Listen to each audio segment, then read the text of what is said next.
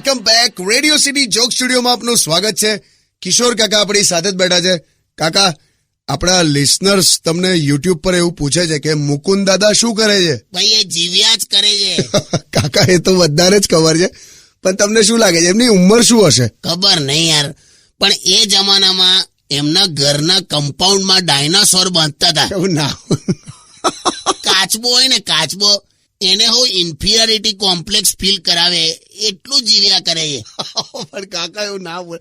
સારું, એમને ફોન લગાડું. લગાડ ને લગાડ.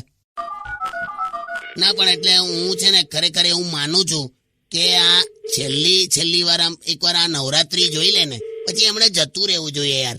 આવું ના બોલાય યાર કાકા. હેલો મુકુંદ દાદા, કિશોર બોલું. મારી ઉંમર ને લઈને કશું પણ બોલવાનું હોય ને તો મૂકી દે.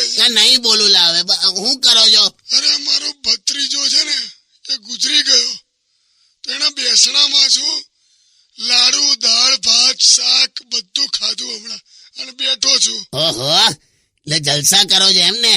તો અમને પણ આવી જલસા કરાવો. એટલે તમારું આવું કઈક ગોઠવો એટલે અમને પણ લાડુ ખાવા મળે એમ. એટલે મારે ગુજરી જવાનું એમ? તું મૂકી દે ને ફોન.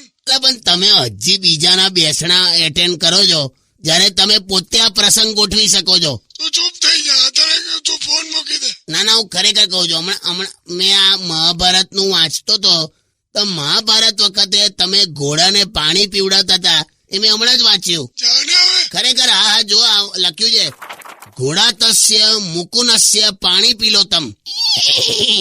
આવું કશું છે જ નહીં. મેં આવું કઈ કર્યું જ નહીં. આટલો જૂનો માણસ નહીં મેં.